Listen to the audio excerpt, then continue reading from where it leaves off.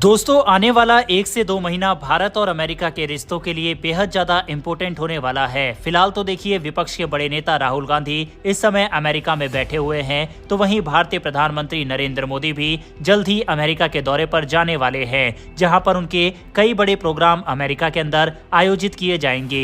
वहीं नवंबर में अमेरिका के अंदर इलेक्शन होने हैं और इसी बीच प्रधानमंत्री नरेंद्र मोदी का अमेरिका दौरा कई लिहाज से बेहद ज्यादा इम्पोर्टेंट बन जाता है। आपको बता दें कि अमेरिका में इंडियन कम्युनिटी काफी ज्यादा रहती है और वोट परसेंट भी उनका काफी अच्छा खासा है। जब 2019 में प्रधानमंत्री नरेंद्र मोदी अमेरिका में गए थे, तो वहां पर हाउडी मोदी नाम का प्रोग्राम किया गया था, जिसमें पूर्व राष्ट्रपति डोनाल्ड ट्रंप भी शामिल हुए थे।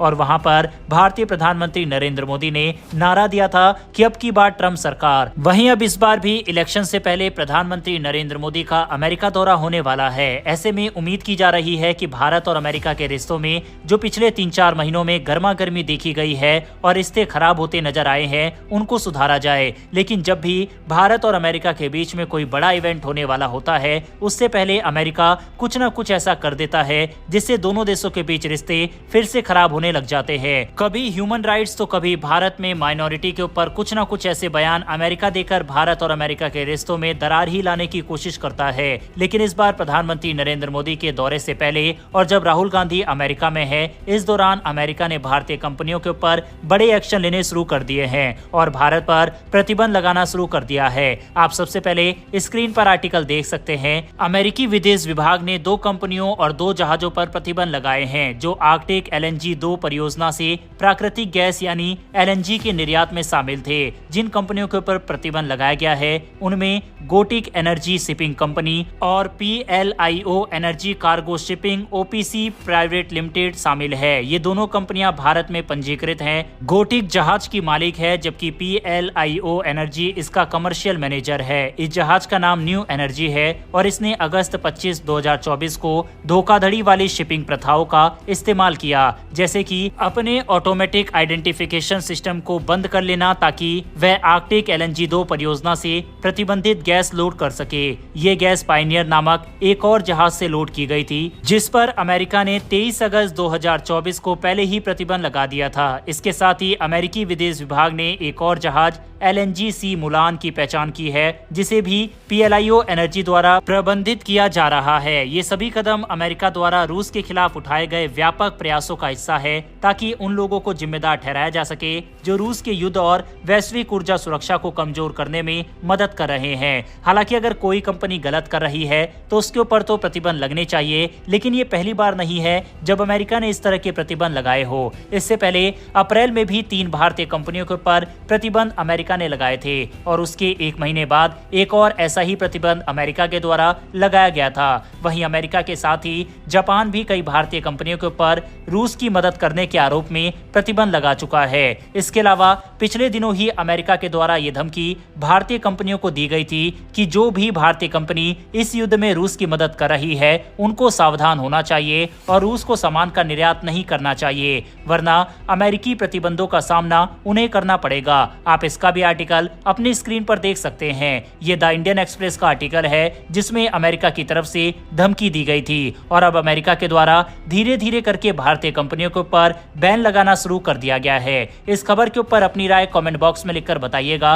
बढ़ते हमारी अगली खबर की तरफ। यह खबर दोस्तों नेपाल से निकलकर सामने आ रही है और फाइनली इतनी सारी बुरी खबर के बाद कुछ अच्छी खबर नेपाल से निकलकर सामने इस समय आ रही है। नेपाल विद्युत प्राधिकरण यानी NIA ने पहली बार बिहार को 40 मेगावाट बिजली की आपूर्ति शुरू की है। एक अधिकारी ने ये जानकारी दी। NIA के प्रवक्ता चंदन घोष ने बताया कि NIA ने गुरुवार को पहले चरण में कटैया कुशवाहा ट्रांसमिशन लाइन के माध्यम से बिजली की आपूर्ति शुरू कर दी। उन्होंने बताया कि नेपाल को बिहार को 125 मेगावाट बिजली आपूर्ति करने की मंजूरी मिल गई है। घोष ने कहा कि हम समय के साथ धीरे धीरे इसकी मात्रा बढ़ाएंगे। समझौते के अनुसार NIA भारत की पावर ट्रेडिंग कॉरपोरेशन के माध्यम से बिहार को बिजली आपूर्ति कर रहा है। वर्तमान में भारत को प्रतिदिन लगभग 620 मेगावाट बिजली आपूर्ति की जा रही है। पिछले साल नेपाल ने भारत को बिजली बेचकर 17 12.06 अरब रुपए का राजस्व अर्जित किया था। इसी अवधि के दौरान नेपाल ने 16.93 अरब रुपए मूल्य की बिजली का आयात किया था। भारत ने पिछले ही महीने नेपाल को 251 मेगावाट अतिरिक्त बिजली निर्यात करने की भी अनुमति दी थी। एक सरकारी बयान में कहा गया था कि ये पहली बार है जब नेपाल बिहार को मध्यम अवधि के बिक्री समझौते के तहत बिजली की आपूर्ति करेगा। नेपाल में भारतीय दूतावास ने बयान में कहा कि भारत के सीमा पार व्यापार के लिए नामित प्राधिकरण ने नेपाल में 12 जल विद्युत परियोजनाओं से 251 मेगावाट अतिरिक्त बिजली निर्यात को मंजूरी दी है। इसके साथ ही नेपाल 28 परियोजनाओं से 941 मेगावाट जल विद्युत का निर्यात करेगा। इससे पहले नेपाल 16 परियोजनाओं से 690 मेगावाट बिजली निर्यात कर रहा था। हालांकि दोस्तों, भारत और नेपाल के बीच हुए इस समझौते से नेपाल को काफी फायदा भी होगा। बयान में कहा गया है कि 251 मेगावाट की इस मंजूरी से पहले ही नेपाल पिछले वित्त वर्ष 16.93 अरब नेपाली रुपए की बिजली बेचकर बिजली का शुद्ध निर्यातक और शुद्ध राजस्व सृजक बन चुका था। इसमें कहा गया है कि अक्टूबर 2021 में भारत ने पहली बार नेपाल से 39 मेगावाट बिजली निर्यात को मंजूरी दी। इसमें कहा गया है कि 3 साल से भी कम समय में यह आंकड़ा 24 गुना से अधिक बढ़ गया है। भारत और नेपाल ने दीर्घकालिक बिजली व्यापार के लिए एक समझौता किया है, जिसमें अगले 10 साल में नेपाल से भारत को 10,000 मेगावाट तक बिजली की बिक्री की परिकल्पना की गई है। ये समझौते का पहला वर्ष है और लगभग 1000 मेगावाट निर्यात पहले ही हो चुका है। बांग्लादेश को 40 मेगावाट बिजली की बिक्री के लिए एक समझौते को भी अंतिम रूप दिया गया है और इस पर 28 जुलाई को हस्ताक्षर करने की योजना थी, लेकिन बांग्लादेश में हाल के राजनीतिक घटनाक्रमों के कारण इसे स्थगित कर दिया गया है। बहरहाल भारत और नेपाल से निकल कर आई इस खबर के ऊपर अपनी राय कमेंट बॉक्स में लिखकर बताइएगा। बढ़ते हमारी आज की अंतिम खबर की तरफ। ये खबर सेमीकंडक्टर प्लांट को लेकर सामने आ रही है। दरअसल कारोबारी गौतम अडानी दिग्गज कारोबारी ग्रुप टाटा समूह के नक्शे कदम पर फिलहाल चल रहे हैं। हाल ही में टाटा समूह ने 27,000 करोड़ रुपए में सेमीकंडक्टर प्लांट लगाने का ऐलान किया था।